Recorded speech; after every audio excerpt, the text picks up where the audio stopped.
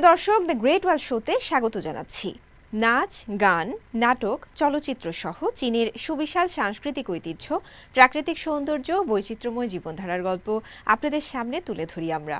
বরাবরের মতো আপনাদের সঙ্গে আছি আমি রওজে জাবিদ ঐশী।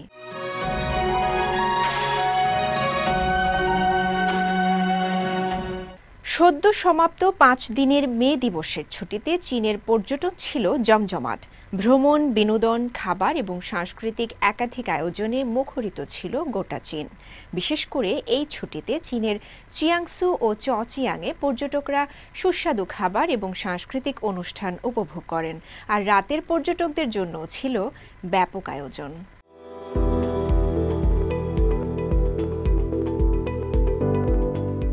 সদ্য শেষ হওয়া মে দিবসের 5 দিনের ছুটিতে চীনারা প্রচুর ভ্রমণ করেছেন।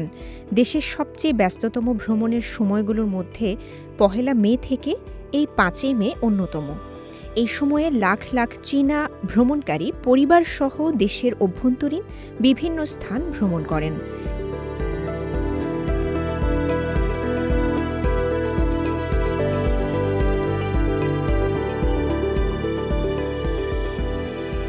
এই ছুটিতে পূর্ব চীনের চিয়াংসু এবং চচিয়াং প্রদেশে উদ্ভাবনী শিল্প পরিবেশনা, ড্রোন এবং আলোক প্রদর্শনী দেখতে পর্যটকদের ঢল নামে। একই সঙ্গে তারা উপভোগ করেন স্থানীয় সুস্বাদু খাবার।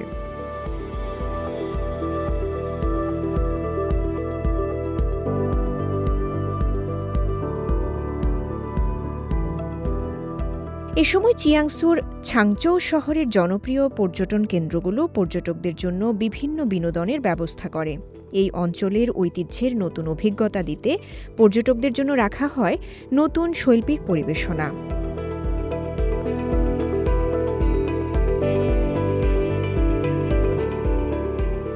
জনপ্রিয় অনুষ্ঠানগুলোর মধ্যে রয়েছে কিংবদন্তি চীনা লোকনায়িকা হুয়া মুলানের উপর ভিত্তি করে একটি লাইভ অ্যাকশন পরিবেশনা। হুয়া একজন কুমারী যোদ্ধা, যিনি সেনাবাহিনীতে তার বাবার স্থান গ্রহণের জন্য পুরুষের ছদ্মবেশে নিজেকে উপস্থাপন করেন। এই পরিবেশনা বৃদ্ধ থেকে তরুণ দর্শকদের আনন্দিত করে।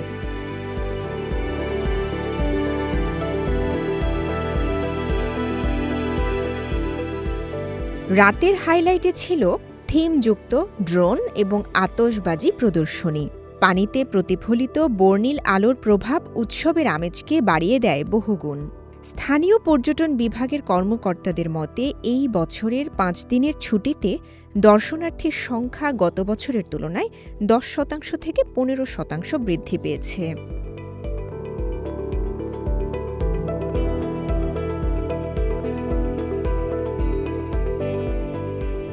এদিকে এই ছুটিকে কেন্দ্র করে চীন জুড়ে নাইট লাইফ পর্যটনের ব্যাপক প্রসার ঘটেছে।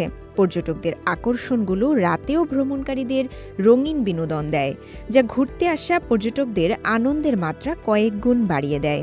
দিনের ঘোরাঘুরিতে সীমাবদ্ধ না থেকে রাতের আয়োজনগুলো উপভোগ করতে হুমড়ি খেয়ে পড়েন পর্যটকরা। আর পর্যটকদের এই আগমনকে আরও বাড়াতে এবং সুন্দর করতে বিভিন্ন প্রদেশও নেয় বিভিন্ন পদক্ষেপ।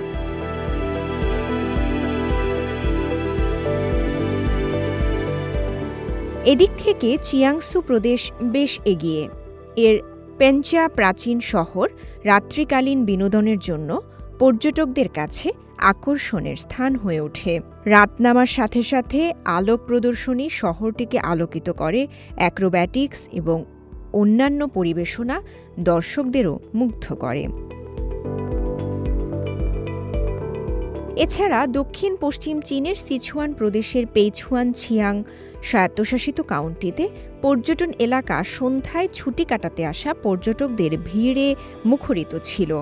কাউন্টির রাতের বাজার কেবল স্থানীয় খাবারেই পরিবেশন করেনি, লোকজ পরিবেশনার মাধ্যমে তাদের বিনোদনও দেয়। এই জায়গাটি খুব প্রাণবন্ত। এখানে খাওয়ার জন্য সুস্বাদু খাবার এবং মজাদার জিনিস রয়েছে। সবচেয়ে গুরুত্বপূর্ণ বিষয় হলো ছিয়াং জনগণের সংস্কৃতি। তাদের সংস্কৃতি খুবই সুন্দর।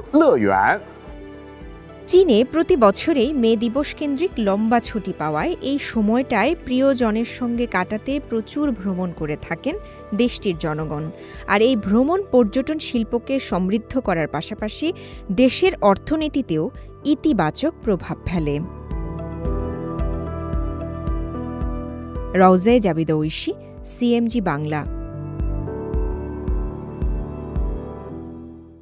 শিল্পকর্ম হিসেবে নিঃসন্দেহে আনন্দের এবং সৃজনশীল একটি মাধ্যম মেকআপ বা রূপসজ্জা। সৌন্দর্য বৃদ্ধির পাশাপাশি চরিত্রকে নতুন রূপে ফুটিয়ে তুলতে মেকআপ কৌশল যেমন নিখুঁত হওয়া জরুরি, তেমনি মেকআপ শিল্পীরও দায়বদ্ধতা থাকে চরিত্র বিকাশে। দক্ষিণ পশ্চিম চীনের সিচুয়ানের এক ব্যতিক্রমী মেকআপ শিল্পী ল্যানশি ছেংতু জাদুঘরের প্রাচীন নিদর্শন ও প্রাচীন মূর্তিগুলোর সাজসজ্জা এই শিল্পীকে অনুপ্রাণিত করে। কালজয়ী সৌন্দর্য যেন মিশে আছে দক্ষিণ পশ্চিম চীনে সিচুয়ান প্রদেশের ছেংতু জাদুঘরের ভেতরে প্রাচীন এই নিদর্শনগুলোতে। সেই আবহকেই জীবন্ত সৌন্দর্যের রূপ দেন শিল্পী ল্যানশি। ইতিহাসের অনেক অজানা রূপ খুঁজে পান তিনি। দেখেন কালজয়ী সৌন্দর্য পুনর্কল্পিত হওয়ার অপেক্ষায়। আমরা এই হাসি খুশি মূর্তিটি পুনর্নির্মাণ করব। ছেংতুর বহু বছরের নিদর্শন এটি। এই মূর্তির হাস্যোজ্জ্বল অভিব্যক্তি দর্শনার্থীদের মধ্যে আনন্দ ছড়িয়ে দেয়। একসময় পশ্চিমা অনুপ্রাণিত গ্ল্যাম লুক তৈরির জন্য পরিচিত ল্যানশি এখন নিজেকে ভিন্ন পরিচয় খুঁজে পেতে চান। তার লক্ষ্য প্রাচীন মূর্তি এবং চিত্রকর্ম থেকে অনুপ্রেরণা নিয়ে শতাব্দী প্রাচীন মুখগুলোকে পুনর্নির্মাণ করা। এই মূর্তিটি হান রাজবংশের ঐতিহাসিক আদলে তৈরি। এই মূর্তির গল্প থেকে আমরা অনুমান করি যে এর ঠোঁট হতে পারে চেরি আকৃতির এবং ঠোঁটে চতুর্ভুজ আকৃতির লিপস্টিক থাকবে। যেহেতু ছেংতুতে শিল্পকর্মটি আবিষ্কৃত হয়েছিল, সেখান থেকে ধারণা করা যায় মূর্তির ভ্রু থাকবে ইউয়ান শান। প্রাচীন চেহারা পুনর্নির্মাণের সময় সেই সময়ের বৈশিষ্ট্যগুলো বিবেচনায় রাখতে হয়। চোখের গড়ন থেকে ঠোঁটের রং পর্যন্ত প্রতিটি ব্রাশ স্ট্রোক যথেষ্ট ধৈর্য ও গবেষণার দাবিদার। ল্যানশির কাছে সবচেয়ে আনন্দের যে এই কাজটি তার কাছে জীবন্ত রূপে ধরা দেয়। প্রথমে আমি কেবল গাইডলাইন দেখতাম, অন্যদের পছন্দে ছবি আঁকতাম এবং রুটিন মেনে চলতাম। কিন্তু ঐতিহাসিক চেহারা পুনর্নির্মাণ করতে গিয়ে দেখি এই কাজটি কখনো ছক বাঁধা নিয়মে চলে না। সীমার মধ্যে অসীম এই আনন্দই আমাকে উদ্বেলিত করে। ল্যানশি তার ধারণ করা ভিডিওগুলোর মাধ্যমে প্রাচীন মুখাবয়ব তৈরি, বিশ্লেষণ এবং জীবন্ত করে তোলার প্রক্রিয়াকে প্রত্নতত্ত্বের সাথে তুলনা করেন। তিনি তার আনন্দকে ছড়িয়ে দিতে চান বিশ্ববাসীর কাছে। অতীতে আমাদের পূর্বপুরুষদের সংস্কৃতি, ঐতিহ্য, ধর্ম, আচার ইত্যাদি জানতে এই মুখমণ্ডলগুলো সাহায্য করে। আর একবার এর মায়ায় পড়ে গেলে এখান থেকে বের হয়ে আসা কঠিন।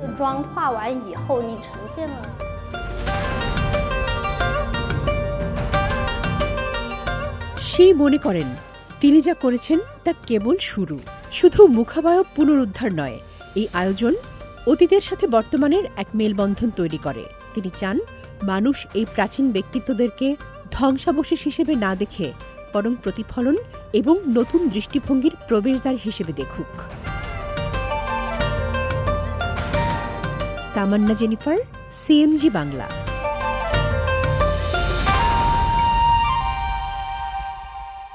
চীনের ইউনান প্রদেশের একটি প্রত্যন্ত গ্রাম এখন পরিণত হয়েছে বেস জাম্পিংয়ের একটি গুরুত্বপূর্ণ স্থান হিসেবে।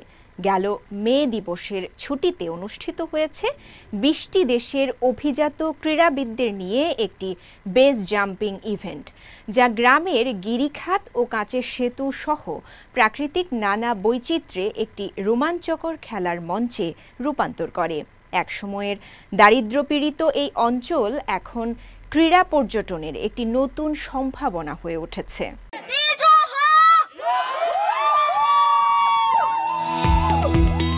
বেস জাম্পিং ভূপৃষ্ঠের 200 থেকে 3000 ফুট উচ্চতা থেকে শূন্যে ঝাঁপ দেয়া। ঝাঁপ দেওয়ার পর প্যারাশুট খোলার আগ মুহূর্তে যে কয়েক সেকেন্ড শূন্যে থাকা, এই শূন্যে থাকার রোমাঞ্চকর অনুভূতি পেতেই বিশ্বব্যাপী আয়োজন করা হয় অ্যাড্রেনালিনপূর্ণ বেস জাম্পিং। এই খেলায় খেলোয়াড়রা উঁচু ভবন, টাওয়ার, সেতু বা পাহাড়ের মতো উঁচু জায়গা থেকে লাফ দিয়ে থাকেন। লাফ দেওয়ার পর তারা প্যারাশুটের সাহায্যে নিরাপদে মাটিতে নেমে আসেন। বেজ শব্দটি এসেছে বিল্ডিং, অ্যান্টেনা, স্প্যান্স এবং আর্থ শব্দগুলোর প্রথম অক্ষর থেকে। রোমাঞ্চকর এই খেলায় সঠিক সময়ে লাফ দিতে হয় খুব সাবধানে। একটু এদিক ওদিক হলেই বিপদ হওয়ার সমূহ সম্ভাবনা থাকে। দক্ষিণ পশ্চিম চীনের ইউনান প্রদেশের সুয়ানওয়ে শহরের নিচুয়াহা গ্র্যান্ড ক্যানিয়নে গেল মে দিবসের ছুটিতে অনুষ্ঠিত হয়ে গেল অ্যাড্রেনালিনপূর্ণ বেস জাম্পিং ইভেন্ট। 29 এপ্রিল থেকে 5 মে আয়োজিত এই ইভেন্টে প্রায় 20টি দেশের 30 জন অভিজাত ক্রীড়াবিদ তাদের রোমাঞ্চকর নৈপুণ্য প্রদর্শন করেন। একসময়ের বিচ্ছিন্ন গ্রাম নিচুয়াহা এখন পরিণত হয়েছে বিশ্বব্যাপী রোমাঞ্চকর খেলার স্থান হিসেবে, যেখানে বিশ্বের অভিজাত সব ক্রীড়াবিদরা তাদের স্ট্যান্ড প্রদর্শন করেন। দক্ষ খেলোয়াড়দের নিখুঁত জাম্প, অ্যাক্রোবেটিক ডাইভ এবং উইংস্যুট ফ্লাইটের মাধ্যমে এক সময়ের অচেনা একটি গিরিখাতকে তারা পরিণত করেছেন সাহস আর দক্ষতার দারুণ এক মঞ্চে। পাহাড়ের ওপর ঝুলন্ত কোনো প্ল্যাটফর্ম বা কাচের ঝুলন্ত ব্রিজ বেস জাম্পারদের কাছে বরাবরই আকর্ষণীয়। আমি যখন প্রথম এটা দেখি তখন আমার মনে হয়েছিল আমাকে ওখানে যেতে হবে এবং ওখান থেকে লাফ দিতে হবে। অবশেষে আমার স্বপ্ন সত্যি হলো। এই খেলা একটি গুরুত্বপূর্ণ বিষয় হচ্ছে আবহাওয়া বা প্রকৃতির অবস্থান। এই জন্য অংশগ্রহণকারীরা সবসময় নিরাপত্তার উপর জোর দিয়ে থাকেন। এই কাঠামোটি মজবুতভাবে তৈরি এবং নিরাপদ, যেটা খুবই গুরুত্বপূর্ণ। এছাড়াও সেতুটি একটি নিরাপদ উচ্চতায় নির্মিত। যদি কোনো দুর্ঘটনাও ঘটে, আপনি সামলে নিতে পারবেন। নতুন কিছু করার জন্য এই প্ল্যাটফর্মটি চমৎকার। কিছু খেলোয়াড়রা ইভেন্টে নানা সৃজনশীল নৈপুণ্য প্রদর্শন করেছেন, যেমন ফরাসি জাম্পার ফ্রেডরি মন্টিনি। তিনি একটি উড়ন্ত কার্পেট নিয়ে লাফ দিয়েছেন, যেন দেখে মনে হয় তিনি কার্পেটের উপর ভেসে বেড়াচ্ছেন। বহু বছর ধরে নিচুয়াহা ছিল দারিদ্র্যপীড়িত এবং অসমতল ভূখণ্ডে আবদ্ধ একটি প্রত্যন্ত গ্রাম, যেখানে স্থানীয়রা পায়ে হেঁটে যাতায়াত করত এবং কায়িক শ্রমের উপর নির্ভরশীল ছিল। তবে চীনের দারিদ্র্য বিমোচন উদ্যোগের ছোঁয়া লেগেছে দারিদ্র্যপীড়িত এই অঞ্চলেও। ফলে আঁকাবাঁকা পাহাড়ি অঞ্চল পরিণত হয়েছে পর্যটন সম্পদে।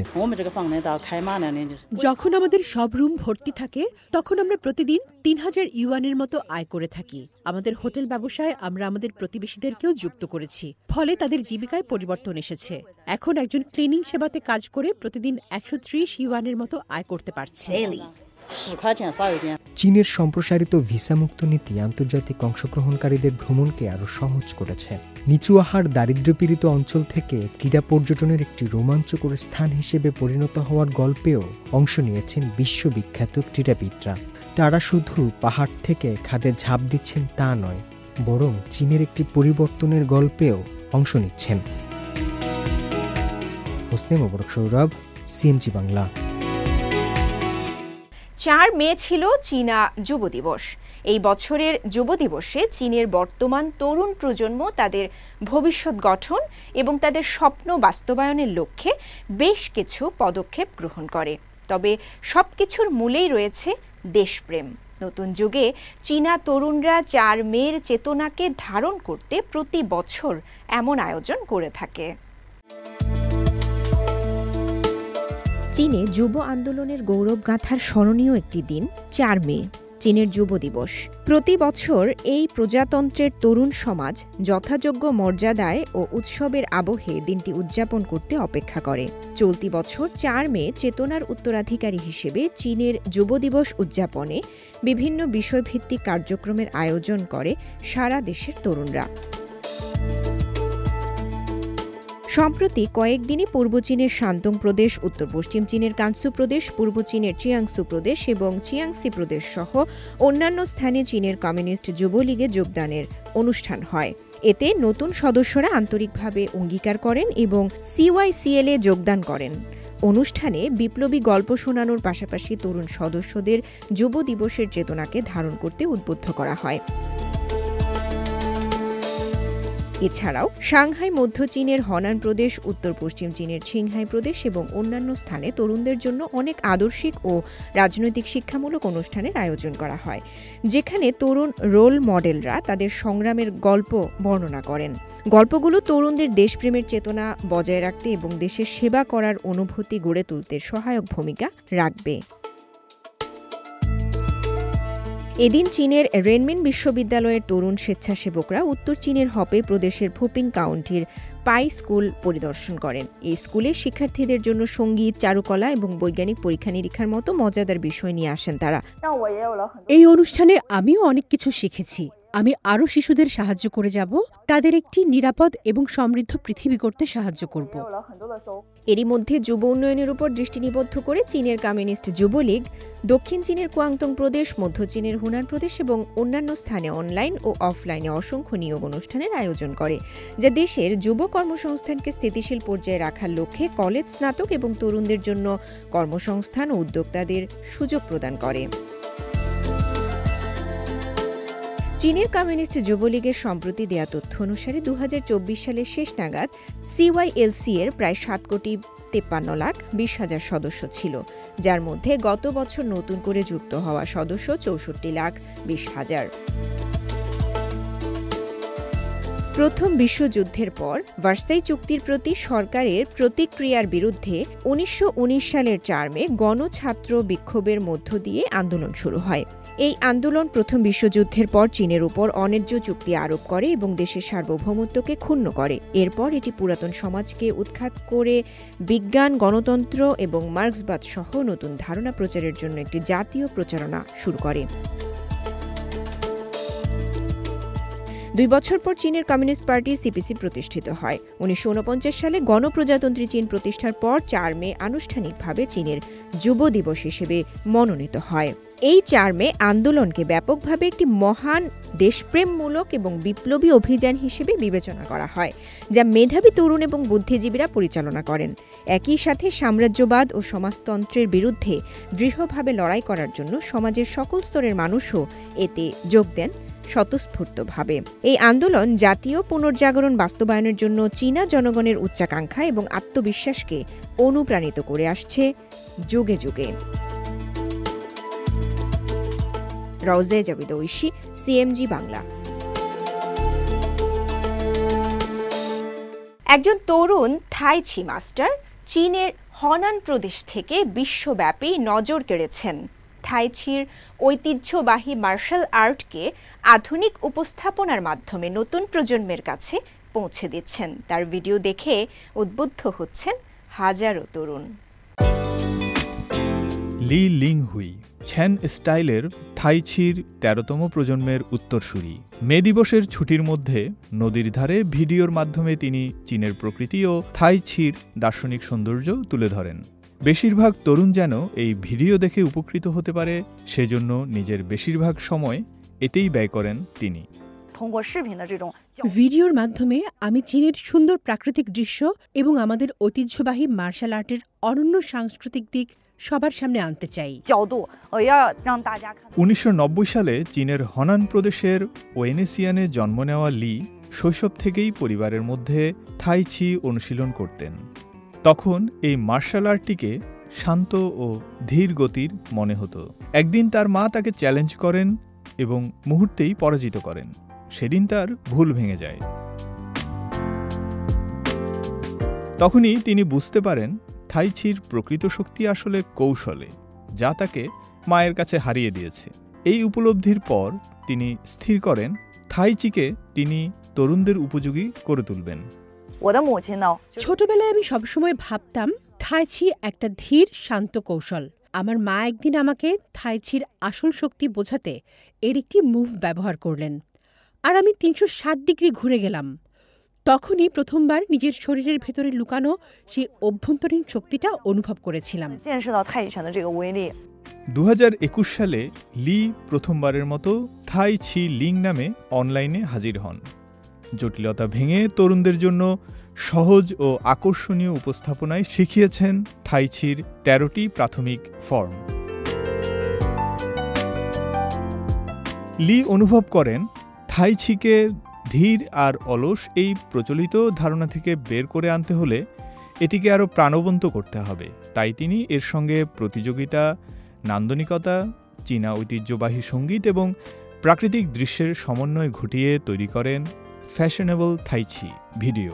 প্রাচীন ঐতিহ্য আর আধুনিক শৈলীর এ মেলবন্ধন তরুণ প্রজন্মের মধ্যে ব্যাপক সাড়া ফেলেছে। তরুণ লিং হুইয়ের নতুন উপস্থাপনায় থাইচির ভিডিও দেখে একদিন একজন মন্তব্য করেছিলেন, থাইচি এতটা কুল হতে পারে?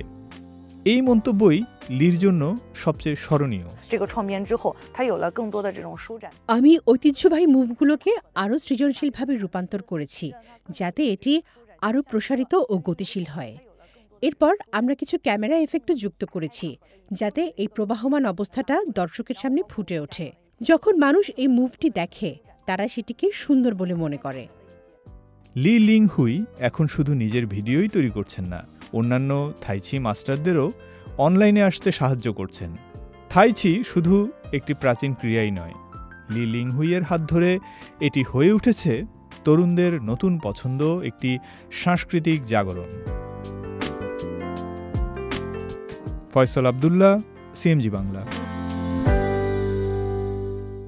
প্রিয় দর্শক, দ্য গ্রেট ওয়ার্ল্ড শো আজ এ পর্যন্তই। আমাদের অনুষ্ঠানটি টেলিভিশনের পাশাপাশি সোশ্যাল মিডিয়ার মাধ্যমে দেখতে www.facebook.com/cmg বাংলা এবং ইউটিউব চ্যানেল সিএমজি বাংলাতে ভিজিট করতে পারেন। পরবর্তী পর্বে নতুন কোনো আয়োজন নিয়ে দেখা হবে আপনাদের সঙ্গে। সে পর্যন্ত সবাই ভালো থাকুন, সুস্থ থাকুন। চাইছিয়েন।